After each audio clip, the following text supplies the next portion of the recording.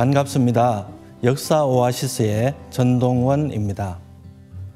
단군 왕검께서 나라를 열어 조선이라 부르시니 여고동신이라. 여고동시, 요임금과 같은 때, 단군 왕검이 고조선을 열었을 때를 그냥 단군 왕검이 고조선을 열었을 때라고 하지 않고 요임금과 같은 때라고 합니다. 아마 당시 사람들에게 고조선의 단군 왕검보다 중국의 요임금이 더 쉽게 떠올릴 수 있는 인물이 아니었나 생각해 봅니다. 이것이 연호의 기본적인 개념일 텐데요. 바로 단군 왕검이 고조선을 열었을 때를 그 기준으로 삼는 연호가 바로 단기입니다. 우리가 단기라는 연호를 본격적으로 사용한 것은 아득한 고조선의 역사와 비교할 때 그리 오래되지 않았습니다. 단군 개국 4238년 1905년 황성신문에 실린 것이 가장 먼저였다고 합니다. 물론 신문 상단에 보시면 당시 더 많이 사용했던 연호가 있는데 그것은 광무 9년이었습니다. 고종 황제가 대한제국을 선포한 1897년을 원년으로 삼은 것이죠. 또 단군 기원을 사용하면 애국심이 환기될 것이라는 신채호 선생의 기고문에서도 이 무렵에 단기가 본격적으로 사용되기 시작했음을 알 수 있습니다. 황성신문에서 처음 사용한 이 단군 개국, 단군 기원 등의 연호는 대한매일신보, 만세보, 경남일보 등 국내 대부분의 신문에 사용되기 시작합니다. 하지만 얼마 지나지 않아 우리는 나라를 잃어버렸고 일제의 강요에 의해서 명치, 대정, 소화 같은 일본 왕의 이름을 연호로 사용해야 했습니다. 1945년 우리는 드디어 해방의 기쁨을 맛봤고 다시 한번 단기를 연호로 사용하기 시작했습니다.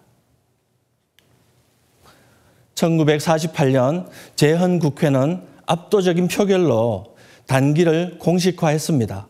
이때부터 대한민국의 모든 문서는 단기로 표기하게 됐습니다. 하지만 이 또한 오래가지 못했는데요. 13년 뒤인 1961년 박정희 소장이 이끄는 국가재건 최고회의가 단기를 폐지하고 서기를 사용하는 새로운 법률안을 통과시켰던 것입니다. 그 이유는 대부분의 선진국에서 사용하는 서기 연호가 경제 발전에 유리할 것이라는 논리였죠. 그 바람대로 우리나라 경제는 발전에 발전을 거듭했습니다.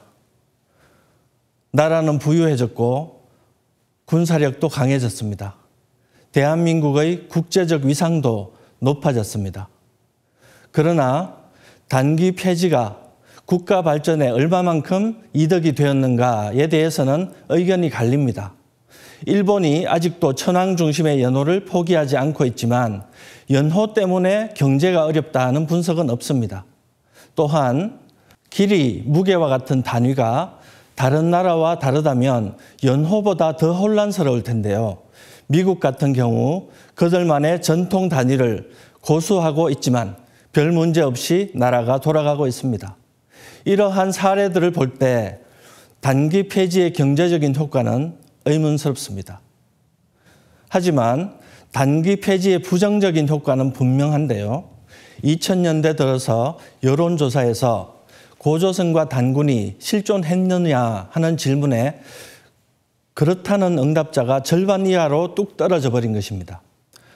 연호를 단기로 지정하는 것, 그리고 교육기본법에 홍익인간을 넣어두는 것, 개천절을 국경절로 지정하는 것, 이 세 가지는 이제 막 일본의 억압에서 풀려난 상황 속 이 세 가지는 그나마 우리 결의를 하나로 묶어둘 수 있는 최소한의 장치였을지 모릅니다. 이 세 가지 중에서 우리는 이미 단기 연호를 잃어버렸습니다. 그리고 2년 전에는 홍익인간의 가치를 교육 이념에서 삭제하려는 시도가 국회에서 있었습니다. 개천절에 대해서는 개천이 애완견 1,000마리라는 씁쓸한 농담을 들었어야만 했습니다. 이러한 모든 사건의 이면에는 단군과 고조선은 없었고 기원전 6에서 7세기 중국 문명의 영향으로 나라다운 나라가 열렸을 것이다 라는 잘못된 주장이 도사리고 있는 것입니다. 역사를 아는 만큼 미래가 보인다라고 합니다. 단군 조선의 역사를 되찾는 만큼 대한민국은 하나가 될 것입니다. 일본도 역사를 되찾을 수 있을 것입니다. 신시 개천의 역사를 밝히는 만큼 중국도 그들의 그 근본을 찾게 될 것입니다.